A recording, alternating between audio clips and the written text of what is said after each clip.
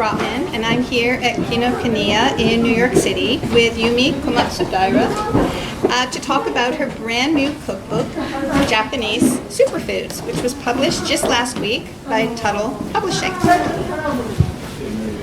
I'm also a cookbook author, and my cookbook is the German-Jewish Cookbook, which I co-authored with my mother, Gabrielle Rossmer Gropman, who was born in Germany before World War II. This is the only cookbook in print about this particular cuisine of German Jews, a cuisine very different from other European Jewish foods, and includes history, interviews, and 100+ recipes.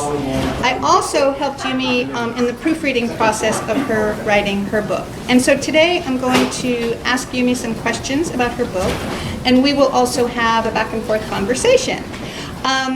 So I just want to start by introducing her bio. Yumi was born in Tokyo and grew up in a family that owns a seaweed factory. She now lives in New York City, where she is a Japanese culinary instructor, recipe developer, newly founded an author, and food photographer and stylist. And she is also a chef at a restaurant called Inoteca Maria in Staten Island. She also, because that's not enough things, she also works in her family's seaweed business, which was founded by her parents, and she runs the international division of their company, and it's called K Seaweed. Yumi wrote and did all of the photography and styling for her book. Japanese Superfoods helps you discover the secrets of Japanese superfoods and learn how you can incorporate them in your daily meals. Yumi combines her extensive expertise with ocean vegetables and Japanese cooking to show you how to create simple, delicious, and super healthy Japanese-style meals at home. In addition to over 100 recipes, her book also includes descriptions and explanations of important Japanese ingredients. So I'm going to move on to asking Yumi some questions about her book and the process of writing her book. The first question is, even though our two cookbooks are about completely different culinary traditions from different countries and cultures, they are both strongly connected and inspired by our families. Can you talk about how your family inspired you to write your book? Yes, thank you so much, Sonya, and thank you again, Kinokuniya, to invite us over to discuss about our beloved book. This book just came out, and thank you for the opportunity. So the inspiration for this book was to share my family tradition and recipe with people who had no idea about how to cook Japanese food at home. I want to demystify the notion of Japanese food. Japanese cuisines are too difficult to, recreate at home. So I wanted to bring my traditional recipe to this book and share it to the world so that you can start making Japanese food at home. And my family has been curating sea vegetables from all over Japan and sold to the world. So my mission is to really share what I know all my life about how to eat healthy and how to use all these amazing ingredients. This is one of the products that my family deal with. This is a kombu. So I want to show you what you can do with all these ingredients. And that was the inspiration. And you mentioned to me once that your dad taught you how to make miso? Yeah, my dad had a big barrel making miso at home, and then when he opened the lid, I see a water like puddling on the surface, and it looked like amber color, dark brown. I had no idea, so I was asking my dad, what is this liquid? And that was the first time I learned the word tamari. So, and then he told me to dip the raw fish, and I had the first taste of what homemade tamari tastes like. So those little things really accumulated over the years for me loving the Japanese traditional cuisine and really try to make miso at home. All these little ideas are thrown out in my cookbook to share so you can get all these ingredients and maybe start making your own miso at home, or you make your own, koji, shio-koji, which is another very traditional ingredient. Yeah. And another thing you've mentioned to me when we've been talking is that you grew up with your sisters eating seaweed as snacks. Yes. Because your family has a seaweed business. Right. And so I'm sure that must have been an inspiration also Yeah. for you in writing the book. Yeah, thank you for mentioning that. Yeah. So my playground growing up was my family's seaweed factory. So when I get hungry, I just run to my mother and just grab handfuls of seaweed, and that become my afternoon snack. And that's how I grew up. So really appreciating all these amazing ingredients growing up really nurture who I am today to express my creativity with food. Yeah. Thank you for mentioning. And your book is also driven to celebrating your family cuisine. Yeah. Yeah. Yeah. Could you tell me about that? Sure. I was mostly inspired, co-wrote my book with my mother. Yeah. And she was, like I said, born in Germany, and we were really inspired by my grandfather, who, even though he lost so much during the Holocaust in Germany, his business and everything, and most important, his parents who perished, he had a deep connection to the land and to the food, and so he passed that love of food on to my mother and to me. And I'd say that was the main inspiration for us to write our book, to save and preserve this cuisine, which nobody really knows, not many people know about. Right. Yeah. It's beautiful. Yeah, thank you. So, you said you wanted to write this book to showcase Japan's beautiful Dashi culture and the deliciousness of seaweed and its health benefits with people around the world. Yeah. So could you talk about Dashi and maybe read from your book about Dashi? Yeah. So I have a little pages that I share about my passion with Dashi, and I have a little sentence here that express what Dashi means. If you don't know anything about Dashi, yeah. When I was living in Japan, Dashi is just everyday, ingredients. However, when I moved to States, nobody really know about Dashi. Yeah, so I hope this makes sense to you. So Dashi is a clear broth which lies at the heart of Japanese cuisine as one of the most important ingredients in most recipes. Dashi differs from condiments that add flavor, such as soy sauce or miso. Instead, Dashi helps to bring out the flavor of its ingredients you are cooking with to their full potential.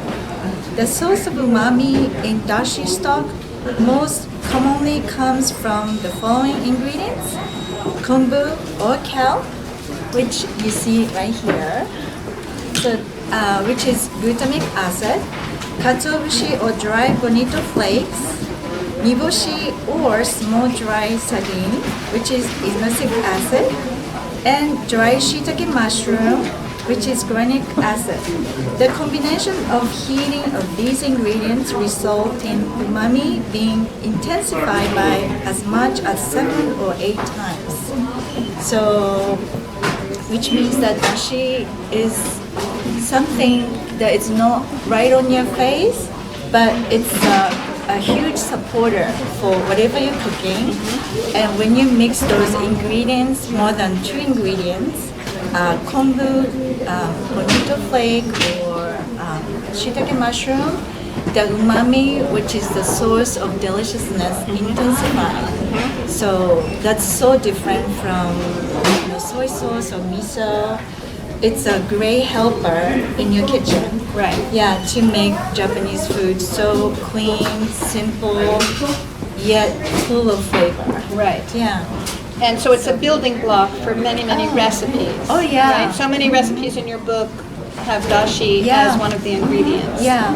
So today you can buy dashi powder, which is made from artificial flavors, additives, MSG. But traditionally, it's it's pure, no artificial or man-made flavor, I would say. Yeah, so I wanted to share what I've been really celebrating all my life using the whole ingredients. Right. Yeah, and then it's actually very easy to make. Yeah, so that's what my focus is, to show people how easy it is. Right. Yeah.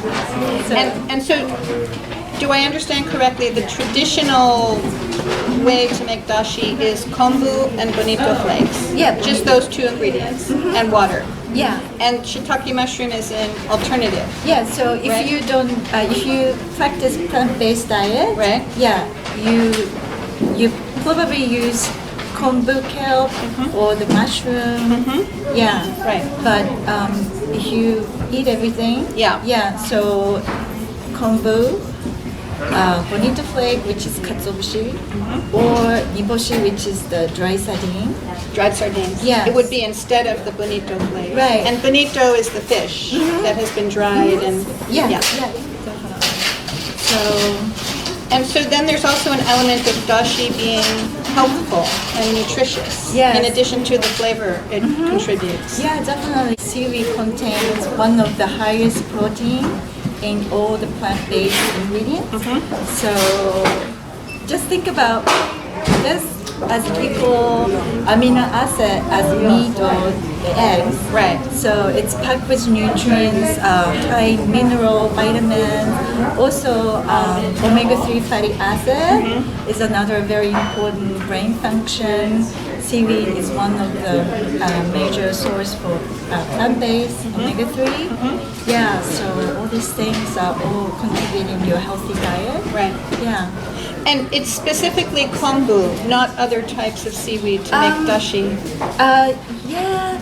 So seaweed has different kind of product. yeah. So this one is the kombu that I'm talking about, which is the source of dashi. But you have the wakame seaweed. You know, when you have miso soup in a bowl, you see like a black thing floating on the surface. So that's the wakame. And then you have like this one is the nori, aonori. You like pancake, okonomiyaki?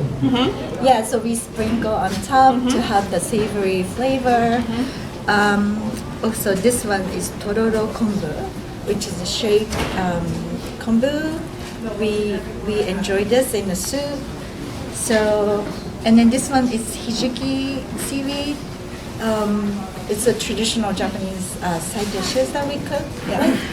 So these variety of seaweed all contain what I mentioned, Right. nutritional wise. However, when you're talking about dashi, the source of ingredients is the kombu, which is the dry kelp. Yeah. Okay.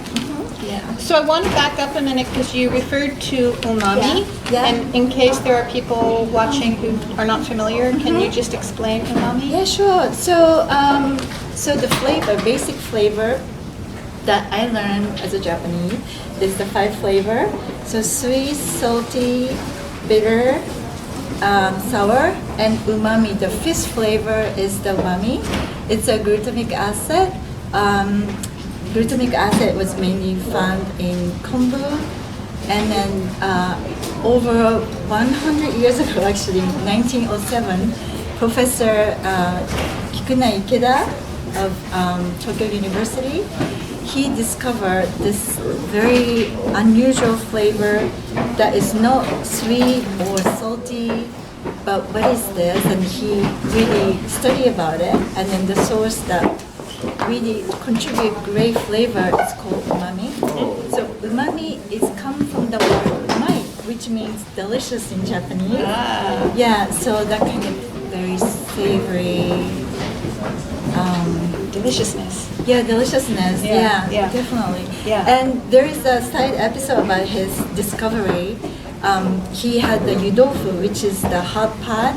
It's the dashi broth, and then also you drop the block of tofu and then cook in front of you. It's a winter dish that everybody in Japan would enjoy. Right. I also have a recipe here, but when he had the dinner one day, By the way, this is how it looks like. Nice. Like a hot pot with, kombu on the bottom and the tofu blocks. Yeah, he was asking his wife, "Do you taste this broth?" It's like, what do you think? And his wife had the sip, and then it was so delicious. She can explain. It's not salty or sweet, and then he was wondering what is the source of the flavor. That was the beginning of his journey of really studying about the umami factor. Yeah, so you can find umami in a variety of foods like cheese or tomatoes, yeah. cured meat. Yeah. Yeah. But the umami that I'm talking about is, so this guy. Kombu. Yeah. Kombu umami. Yeah. Okay. And then did you want to mention another really big category of Japanese cuisine being fermentation? Yeah, so another thing I'm talking a lot about, the major ingredients is the koji. Yes, the koji is Aspergillus oryzae. Science time. I know I have to practice how to pronounce this, but it's a type of mole. But this mole is special mole that really gives savory flavor in many different foods. So for instance, Japanese ingredients such as soy sauce, miso, rice vinegar, sake, these are all made with koji. And also I use koji to do quick pickles. Also, you can make koji soy sauce, which I also have a recipe. If you get tired of using regular soy sauce, or if you want to add some more flavor, you can easily make koji into different types of condiments. Yeah, and it's very easy. Yeah. And are fermented things, like things made with koji, Yeah. are they more healthful? Yeah. And do they also, are they more preserved? Do they last longer? Yeah, lasts longer, but also more nutritious. It's provide a great immune system for your gut health. It's also give extra nutrients with more flavor. And anything with the fermentation, you break the ingredients so that you can observe better in your body. Yeah, so I think especially after COVID, Right. People wanted to incorporate a lot of different food with fermentation, and so koji is one of the key ingredients for not only my cookbook, but could be anybody. Right. Yeah. Right. Great. Okay. So another question, can you talk about the use of seasonal ingredients in Japanese cuisine? Okay, yeah, that's a good question. So the seasonality, Japan is such a small island. We have spring, summer, fall, winter. Yeah, so for instance, right now it's the winter time. My memory about sharing the winter food is, for instance, we have a lot of citrus trees at home. So yuzu is one of my favorite for winter food. Yuzu provide great nutrients such as vitamins, minerals. When you're getting cold, you have the squeeze of lemon juice and the honey. And yuzu is like a cousin of lemon, Yeah, right? Yeah, it's like a round shape. Yeah. But it's very fragrant. Yeah. Yeah. So and then also we will put the yuzu into the bath and take a bath, nice bath to relax and really hydrate our skin. And seasonality is, I think it's key to Japanese cuisine. Also, you can harvest a large amount during spring, summer, and then what you're going to do with all this thing, we don't want to waste anything. So we start preserving by pickling, and during the harsh winter, we start eating those vegetables. Right. Yeah, so these are the wisdom that I learned from my grandmother and mother. Yeah. What about your culture? Yeah, I think a lot of cultures preserve things for that reason. Yeah. To eat things during the winter. Yeah. Yeah. My family in Germany, there was a lot of seasonality also. There were stories of my great-grandmother Rosa going to buy to the market, the farmer's market, to buy the very first cherries in the summer when they came. That's amazing. Yeah. And then there's a very, very famous tart in Germany that many German Jews made for Rosh Hashanah, which is the Jewish New Year in the autumn, with Italian plums. Those are the plums that are shaped like an egg. Oh, yeah, I have seen those. Yeah. And so this tart can be made with other fruits, but the specialty is to make it with that. And a lot of Jewish families in Germany made that tart in the autumn. Wow. And still today, Yeah. people from German-Jewish families remember that. Yeah. So much to learn from our ancestors. Absolutely. Yeah, definitely. Yeah. I think it's very important. Both of our books are really sharing and preserving those beautiful culture. Exactly. Yeah. Absolutely. I'm curious, can you, this is aside for people who are watching in New York, but I'm curious, are you able to buy fresh yuzu in New York City? Yes. Yes? Yeah, very expensive. Yeah. Yeah. Okay. So whenever I come home, I have to put in my pocket. Yeah. And actually, I've been giving to my friend the seeds. Yes. So if you have a larger yard, I'm living in an apartment, but my friend has a yard and they help me to grow it. Yeah, but it takes time. I don't know if it can grow in this climate though. Usually in the States. Indoor. Oh, indoors. Yeah. But what we have, it's outdoor. Right. And every year it's growing so Wow. big. And then we harvest so much so that we have to really donate to our neighbors. Yeah, it's really beautiful. I love citrus so much. Wow. But I think not only for food, for consumption, but also enjoying taking a bath to really nourish and relax our mind. It's also very beautiful culture that I really enjoy. Yeah. Japan has a big bath culture. Yeah. I've never been, but I've heard about baths. So let me ask you a question that everybody's always asking me. Yeah. So now I get to ask you. Yes. What are some of your favorite recipes in your book? Okay. I love this question. So let's see. I actually prepared the answer because this one is very close to my heart. Okay. I have this one I wanted to show you. And you have seen this too. Yes, it's delicious. So this is the grandmother's chirashi scatter sushi. Scatter, chirashi means to scatter.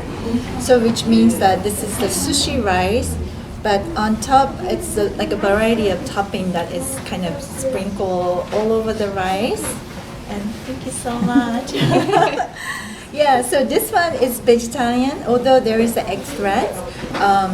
It's pretty much vegetable based. And why this one is so special for me is that I have two sisters. Yeah, I'm a middle child. Yeah, and somehow we all born in July, August. So summer child, right? And every year, my grandmother showed up with beautiful jubako, which is made out of lacquer, like a bento box, but it's just really beautifully handmade wooden box. And she will fill with this chirashi sushi to celebrate our birthday. Oh. Yeah. And also she will send this chirashi sushi to Girls' Day. We have March 3rd as a Girls' Day. Oh, wow. Yeah. So any celebratory events that we had, she always showed up with this rice dish. Nice. It's a rice dish. Yeah. But it's something about this. It's a vinegar flavored rice, and you can kind of dress up if you go to the party. I had a lunch party last week, and this one I made with ikura, which is salmon eggs. So you can dress up by adding sashimi or fish eggs, or you can just stay in vegan. And it's such a dish. Right. And then also it's extremely easy. What you do is to prepare the filling a night before. And then the day that you need this, you just cook the rice and quickly mix everything. Right. And it's just so beautiful with your eyes, and Yeah. the taste is such a screaming Japanese, Right. you know, because it's sushi rice. Yeah. Yeah, and Yeah. then sprinkle the nori, makes a dramatic contrast. Right. It's, All the you know, colors. Yeah, so this is Nice. definitely my favorite. Nice. Yeah, what about you? Well, I have many favorites, but Yeah. one of my absolute favorites is my grandfather's potato salad, Oh, which I remember watching him make. And once when I was in college, he sent me some in a box in the mail. And it's a vinaigrette-based potato salad. It has no mayonnaise, and it has onion and egg and a little chicken broth and a little white wine, and it's just It's amazing. umami explosion. And Uh-huh. I could just eat that forever. So Yeah. you present it in a box? No, he sent it to me when I was in college Ah, once. that's He nice. mailed it Ah, to I me. see. No, it's served in a bowl. Uh-huh. Yeah. Yeah. And it's, for many kind of meal or picnics or Yeah. whatever. And it's a great summer dish. I mean, any time of year, but great in the summer, and it lasts in the refrigerator for many days. Right. And- Yeah. Yeah. I think great recipe has to be easy, simple, and Versatile. versatile. Versatile, I Yeah, think, is definitely.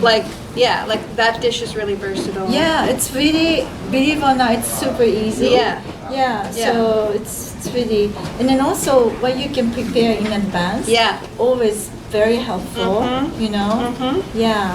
And also, it's always an added bonus to be able to save things in the refrigerator as leftovers to eat Yeah, definitely. over the next few days. Yeah. Which is, I love leftovers. I think they're a gift. Yeah, definitely. Yeah. And also, today, you won't eat meat or you won't eat fish or, Right. so many different dietary Yeah. requirements. Yeah. So adjustable recipes are very important. Yeah. Yeah. Yeah. Especially today's, especially living in New York, Right. everybody has different diet. Yeah. Yeah. Restrictions. Yeah. Yeah, so I really hope that people start making this. I'm at sure home. they Yeah. will. I'm absolutely sure they will. Thank you. So let me ask you one last question, which is, what are the foods you miss the most from home? And like when you go home to visit Japan, what are some of the first foods you want to eat when you get off the airplane? So many. Yeah. Oh my God, that's a hard question. Yeah. So let's see. I'm always craving sashimi. However, when you're talking about going back home, definitely my mother's miso soup. Yeah, because something about her miso soup. I learned not to waste any food from my family, especially my grandmother and my mother. My grandmother was raising 3 kids, single parent, and so having everything in the fridge, you cannot waste anything. Right. So my mother's miso soup was like a great symbol of not wasting anything. She will use day-old sashimi and put it in the soup. Or if you have like a leftover fish cake, she would just cut it and then put it in the soup or added dashi broth. Right. So you don't know what to expect Right. in the filling. Right. Like traditionally, you think miso soup is the tofu and seaweed, kami seaweed, and maybe scallion. But my mother's miso soup could be anything. Right. Yeah, sometimes a tuna can, the little piece of Yeah. So, yeah, definitely my mother's miso soup is Wonderful. my number one. Wonderful. And food, Yeah. I strongly feel like food is more than just what it tastes like and keeping you nourished. Yeah. Food is a connection to our culture, our families, our homeland. Yeah, definitely. And so food is a very, very important thing in everyone's lives. And especially in a place like New York City where there are so many immigrant groups and such diversity in New York City communities, food plays a very important role, I find. Absolutely. Yeah. So tell people why they should buy your book. I know why they should buy your book. I bought your book. Thank you so much. Buy Yumi's book. It's wonderful. And